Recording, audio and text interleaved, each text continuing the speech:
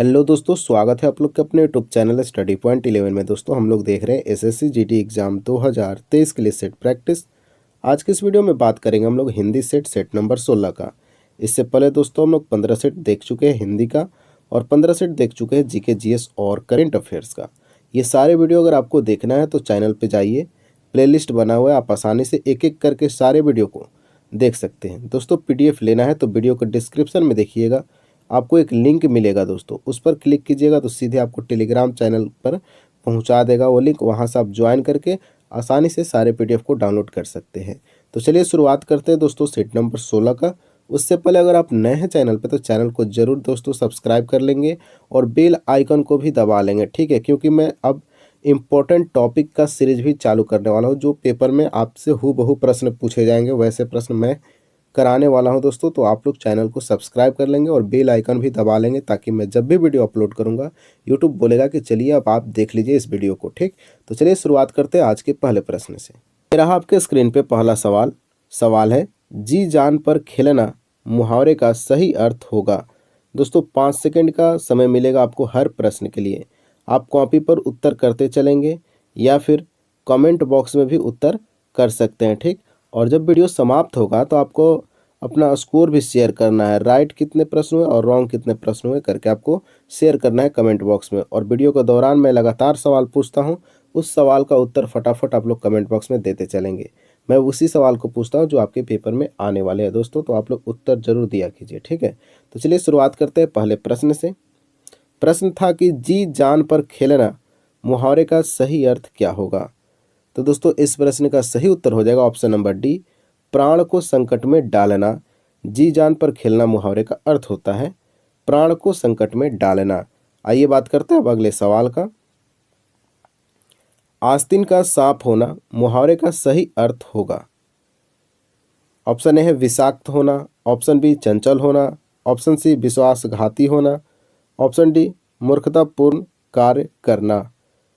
तो दोस्तों आस्तीन का सांप होना मुहावरे का अर्थ होता है विश्वासघाती होना। तो हमारा राइट आंसर हो जाएगा ऑप्शन सी, आस्तीन का सांप होना मुहावरे का अर्थ होता है विश्वासघाती होना। आइए देखते हैं अब अगले सवाल को। निश्चयवाचक सर्वनाम कौन सा है। ऑप्शन ए है क्या, ऑप्शन बी कुछ, ऑप्शन सी कौन, ऑप्शन डी यह।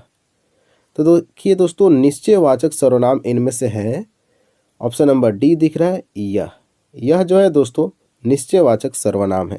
अब आप बोलेंगे कि निश्चयवाचक सर्वनाम किसे कहते हैं दोस्तों, तो ध्यान रखेंगे जो सर्वनाम निकट या दूर की किसी वस्तु की ओर संकेत करे, इशारा करे, उसे निश्चयवाचक सर्वनाम कहते हैं।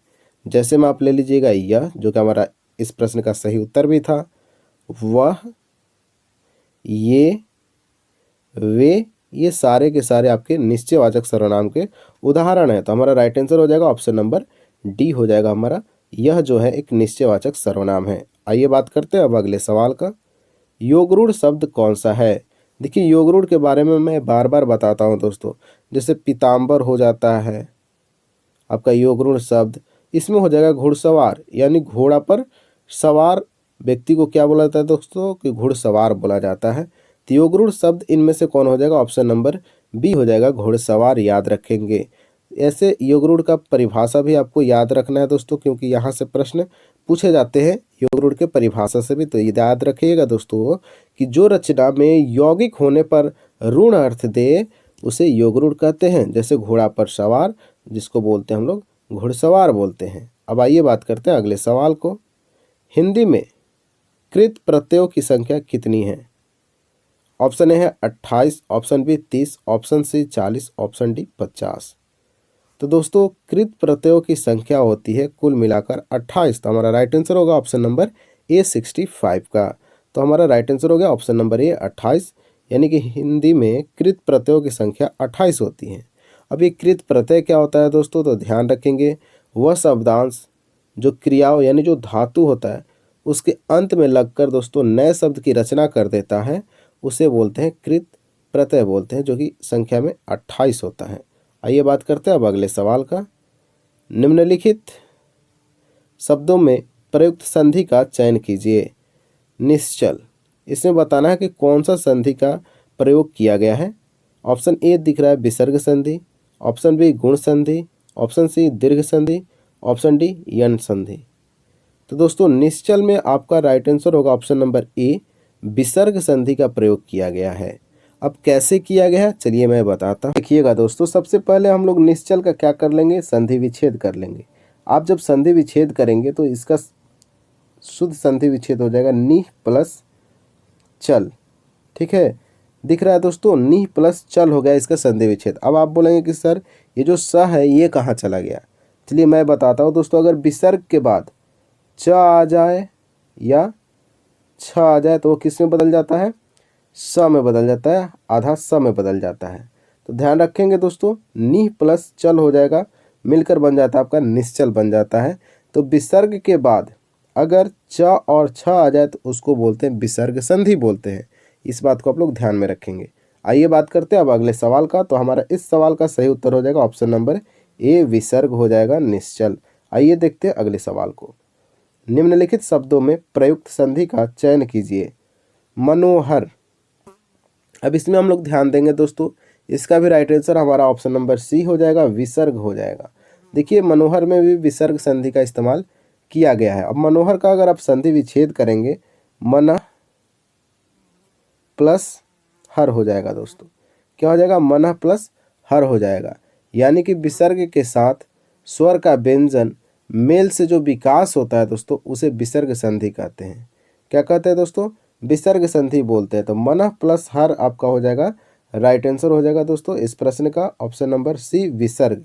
यानी कि मनोहर में विसर्ग संधि है। आप देख भी रहे दोस्तों, विसर्ग का इस्तेमाल किया गया है। तो आइए देखते हैं अब अगले सवाल को। सही वर्तनी वाले शब्द का चयन करें। इन 4 ऑप्शन में दोस्तों कौन सा सही वर्तनी में लिखा गया है उसको बताना है। तो हमारा राइट आंसर होगा ऑप्शन नंबर डी दोस्तों, ग्रहण जो लिखा गया है बिल्कुल शुद्ध वर्तनी में लिखा गया है। इस बात को आप लोग ध्यान रखेंगे, कॉपी पर नोट कर सकते हैं अगर आपको नहीं पता है तो ग्रहण हमारा राइट आंसर होगा ऑप्शन नंबर डी। आइए बात करते हैं अब अगले सवाल का। सवाल को थोड़ा सा हम लोग बड़ा करेंगे जिससे हमको आसानी से देखने को मिल जाए। सवाल है कि सही वर्तनी वाले शब्द का चयन करें। ऑप्शन ए है घनिष्ठ, घनिष्ठ, घनिष्ठ, यानी कि सब में घनिष्ठ ही दिया गया है दोस्तों। अब आपको बताना है कि घनिष्ठ को कैसे लिखा जाता है। ये आपको पता है तो यहाँ आपको 2 नंबर मिल जाएंगे। तो इस प्रश्न का दोस्तों सही उत्तर होगा ऑप्शन नंबर ए, घनिष्ठ जो लिखा गया है दोस्तों, बिल्कुल बिल्कुल बिल्कुल शुद्ध रूप लिखा गया है घनिष्ठ। ठीक है, तो इस बात को आप लोग ध्यान में रखेंगे और यहाँ से आपको 2 नंबर मिल सकते हैं दोस्तों ऐसे आसान आसान प्रश्न के लिए। आइए देखते हैं अब अगले सवाल को। नीचे दिए गए वाक्यों से शुद्ध वाक्यों को चुनिए। अभी तो आप लोग शुद्ध शब्द चुन रहे थे, अब आपको शुद्ध वाक्य चुनने के लिए बोला जा रहा है। चलिए मैं वाक्य एक एक करके पढ़ देता हूँ। ऑप्शन ए में लिखा हुआ है कि मैं प्रातः काल के समय रोज टहलता हूँ। ऑप्शन बी में लिखा गया है अभी उसकी आयु 30 वर्ष है। ऑप्शन सी है देवी के अनेक रूप हैं। ऑप्शन डी है देवी के अनेकों रूप हैं। इस प्रश्न का सही उत्तर क्या होगा आप लोग बताने की कोशिश करेंगे। तो दोस्तों इस प्रश्न का सही उत्तर होगा ऑप्शन नंबर सी, देवी के अनेक रूप है। बिल्कुल यह शुद्ध वाक्य लिखा गया है, इस बात को आप लोग ध्यान रखेंगे दोस्तों। देवी के अनेक रूप है बिल्कुल शुद्ध रूप में लिखा गया एक वाक्य है। आइए देखते हैं अब अगले सवाल को दोस्तों। नीचे दिए गए वाक्यों से शुद्ध वाक्यों को चुनिए। फिर से वही सवाल। ऑप्शन ए में है देखो आकाश में बिजली गरज रही है। ऑप्शन बी में है उसने सारी संपत्ति नाश कर दी। ऑप्शन सी है आपकी घड़ी में क्या बजा है। ऑप्शन डी है उसकी पुत्री बड़ी आज्ञाकारी है। तो इस प्रश्न का दोस्तों सही उत्तर होगा 71 का ऑप्शन नंबर सी, आपकी घड़ी में क्या बजा है। बिल्कुल राइट वाक्य लिखा गया है, शुद्ध वाक्य लिखा गया है। तो हमारा right answer option number C हो जाएगा 71 नंबर प्रश्न का। आइए देखते हैं अब अगले सवाल को। फिर से वैसा ही सवाल है कि नीचे दिए गए वाक्य से शुद्ध वाक्य चुनिए।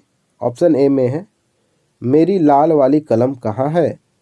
ऑप्शन बी में है मैं आपको उसके बारे में न कहूँगा क्योंकि बात खुले नहीं।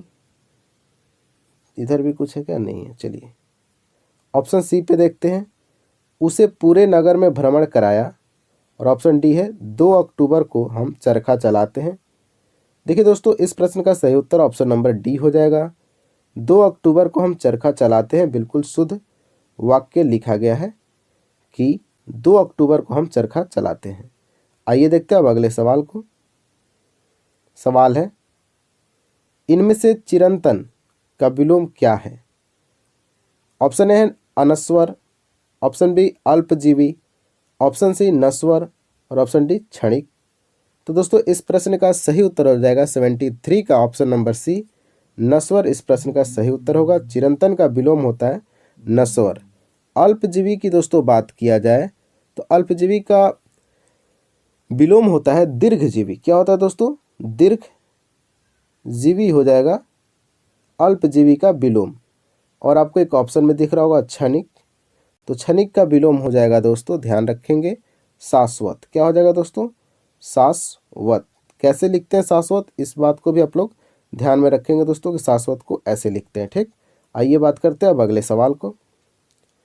दांत गिनना मुहावरे का अर्थ क्या है? 2 नंबर का प्रश्न है दोस्तों, आप लोग बता सकते हैं। ऑप्शन को एक बार आप खुद से भी पढ़ें कि दांत गिनना मुहावरे का सही अर्थ क्या होगा।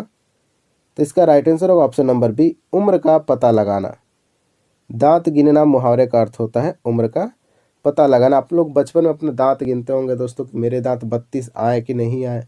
तो एक उम्र पे 32 दांत होते हैं और वहाँ से मुहावरा बनाया गया है कि दांत गिनना मुहावरे का अर्थ हो जाएगा कि उम्र पता लगाना। आइए बात करते हैं अब अगले सवाल का। यदि, यति है दोस्तों, यदि नहीं है, यति का क्या अर्थ है? जो यति होता है दोस्तों, इसका क्या अर्थ होता है, ये आपसे पूछा गया है। ऑप्शन ए है चरण, ऑप्शन बी गण, ऑप्शन सी विराम, ऑप्शन डी प्रवाह। तो इस प्रश्न का दोस्तों सही उत्तर होगा ऑप्शन नंबर सी, विराम। तो यति का अर्थ होता है दोस्तों विराम होता है, याद रखेंगे। चरण का क्या अर्थ होता है? पैर या फिर कदम भी बोला जाता है और पग भी बोला जाता है, याद रखिएगा दोस्तों, पग भी बोला जाता है पैर को। दूसरा में आपको गण दिख रहा होगा, इसके बारे में भी चर्चा कर लेते हैं। गण मतलब दल होता है दोस्तों, समूह होता है। और बता दें, एक जत्था भी याद रखिएगा, जत्था गण में ही आता है। अब कौन बचा? प्रवाह बचा है। प्रवाह के बारे में देखते हैं। प्रवाह मतलब धारा हो जाएगा ना, नदी की प्रवाह, नदी का धारा, तेज बहाव भी हो जाता है। ठीक, अब आइए बात करते हैं अगले सवाल का। नाक पर गुस्सा मुहावरे का अर्थ निम्न में से कौन सा है? ये तो बिल्कुल आसान आसान सा मुहावरा आ गया और आप तो छोड़ने वाले हैं नहीं मुहावरा, क्योंकि दोस्तों 200 प्रश्न मैं मुहावरा का भी करा रखा हूँ और आप लोग तो मुहावरे बनाने में बिल्कुल आगे हैं। तो इस प्रश्न का दोस्तों आप बताइए उत्तर क्या होगा। नाक पर गुस्सा मुहावरे का अर्थ इनमें से कौन सा होगा? तो दोस्तों तुरंत क्रोध हो जाएगा ना, ऑप्शन ए हो जाएगा, तुरंत क्रोध करना। नाक पर गुस्सा मतलब तुरंत क्रोध, तो हमारा right answer option number A हो जाएगा इस मुहावरे का अर्थ। आइए देखते हैं दोस्तों अब अगले सवाल को। सवाल नंबर 77 है, अंगारों पर लौटना मुहावरे का अर्थ निम्न विकल्पों में से कौन सा है? फिर से मुहावरा से सवाल पूछा गया। तो दोस्तों अंगारों पर लौटना मुहावरे का अर्थ हो जाएगा ईर्ष्या में व्यथित होना। अंगारों पर लौटना मुहावरे का अर्थ होता है कि ईर्ष्या में व्यथित होना। दोस्तों व्यथित मतलब कष्ट सहना, दुख सहना, किस में? ईर्ष्या में। किसी को देख के जलने में अगर आपको कष्ट होता है तो वहाँ आप मुहावरा का इस्तेमाल करेंगे अंगारों पर लौटना। आइए बात करते हैं अब अगले सवाल का। आंखें चार होना मुहावरे का अर्थ निम्न में से कौन सा है? बिल्कुल आसान मुहावरा है, आंखें चार होना, यानी कि दोस्तों इसका राइट आंसर होगा ऑप्शन नंबर 78 का बी, आमने सामने होना। आंखें चार होना मुहावरे का अर्थ होता है आमने सामने होना, प्यार होना। तो याद रखेंगे दोस्तों, इस प्रश्न का राइट आंसर आमने सामने हो जाएगा, आंखें चार होना मुहावरे का। आइए बात करते हैं अगले सवाल का। आप लोग दोस्तों वीडियो को फटाफट लाइक कर दीजिए और जिन्होंने भी अभी तक चैनल को सब्सक्राइब नहीं किया, बिल्कुल आपको चैनल को सब्सक्राइब भी करना है और बेल आइकन भी दबाना है और टेलीग्राम चैनल से भी जुड़ना है। 3 काम आपको करना है, फटाफट कर लीजिए। और वीडियो अब समाप्त होने वाला है, तो जो प्रश्न मैं पूछूंगा 80 नंबर आपसे, उसका आंसर आप कमेंट बॉक्स में देंगे और आप अपना स्कोर भी शेयर करेंगे राइट और रॉन्ग लिख के। चलिए देखते हैं 79 नंबर सवाल। विधि का यही रिक्त स्थान है कि जो जन्मा है उसकी मृत्यु अवश्य होगी। तो विधि का यही विधान है कि जो जन्मा है उसकी मृत्यु अवश्य होगी दोस्तों। तो इस प्रश्न का सही उत्तर होगा ऑप्शन नंबर बी, विधान। तो विधि का यही विधान है कि जो जन्मा है उसकी मृत्यु अवश्य होगी। तो right answer option number B. आइए देखते हैं अब अंतिम सवाल, और ये सवाल तो सिर्फ आपके लिए होता है। जैसे जैसे अंधेरा रिक्त स्थान, हमें आगे बढ़ने में कठिनाई होने लगी। ऑप्शन ए है निकलता गया, ऑप्शन बी चढ़ता गया, ऑप्शन सी फैलता गया, ऑप्शन डी आता गया। क्या उत्तर होगा आप लोग बताएंगे कमेंट बॉक्स में। मैं कमेंट बॉक्स में रिप्लाई भी देता हूं और हर एक बच्चा का रिप्लाई देने का कोशिश करता हूं और देता भी हूं। आप लोग कमेंट में अपना स्कोर शेयर करेंगे दोस्तों। और आप लोग के लिए एक बढ़िया सीरीज हम चला रहे हैं, महेंद्र सिंह धोनी पथ। जैसा कि आपको पता है कि महेंद्र सिंह धोनी बहुत लकी प्लेयर रह चुके हैं भारतीय क्रिकेट टीम के लिए। उन्होंने 2 वर्ल्ड कप जीता है दोस्तों। तो उनके नाम पे हम लोग एक सीरीज चलाएंगे जिसमें इम्पोर्टेंट टॉपिक देखेंगे और ज़बरदस्त टॉपिक देखेंगे दोस्तों। एक वीडियो से आपका पूरा उस टॉपिक का रिवीजन होगा, तो आप उस वीडियो को मिस नहीं करेंगे। बहुत जल्द यानी आज ही मैं उस वीडियो को अपलोड करने वाला हूं, तो आप लोग उस वीडियो को भी ज़रूर देखेंगे। मिलते हैं अब नेक्स्ट वीडियो के साथ, तब तक के लिए जय हिंद, जय भारत।